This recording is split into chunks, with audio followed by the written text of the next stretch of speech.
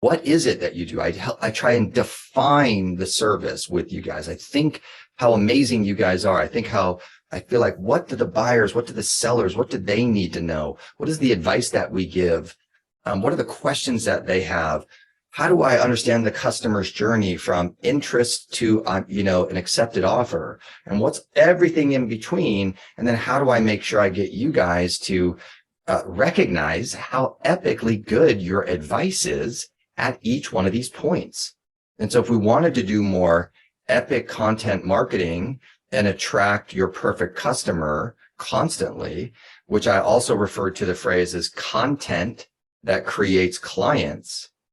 Content that creates clients. When you do your epic content marketing and you share your beautiful wisdom about how you serve customers at these different stages of the game, and then someone in your marketplace goes, oh shoot, I watched your video. The agent that I was working with, I knew they were kind of a moron, but until I watched your video, I didn't realize is really a negative threat to my long-term financial well-being. Epic content marketing, in which you demonstrate what amazing, wise, intelligent advice looks and sounds like, what great agents look and sound like. They don't know. They can't tell the difference between their cousin who just got their license. They can't tell the difference because you guys just market yourself as number one. I sold $1 billion worth of sales. That's why you should hire me.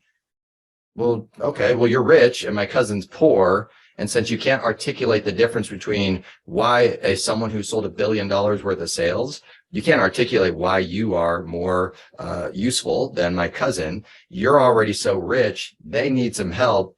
I'll just go work with them. That's a very rational thought process, my friends. This is why, social proof is not the whole marketing plan. If social proof was the most successful marketing plan in the history of real estate, then none of you guys would be in the business, because all of the top agents in the history of the business would have just they all have been doing social proof marketing for the last 50 years. But why is it that so many new agents come in the business and take a huge percentage of the market share? It doesn't work. It doesn't take a genius to realize that for 50 years, the social proof marketing, we're number one. We've sold 1 billion sales. We've sold 1,000 homes. That shit doesn't really work. Right? So guys, it's the articulation of your knowledge, your wisdom, your expertise, answering the questions that your customers have, finding them on the journey, serving them through all of these beautiful channels. And then they go, oh, that's what a great agent look like, sounds like, is like. That was the question I had, that when I asked it to my agent, they gave me such a piss poor answer, but I didn't know that there was a way better answer until I watched your video, until I read your email, until I met you at an open house, until I sat down with you in a selling consultation, until I sat down with you in a buying consultation.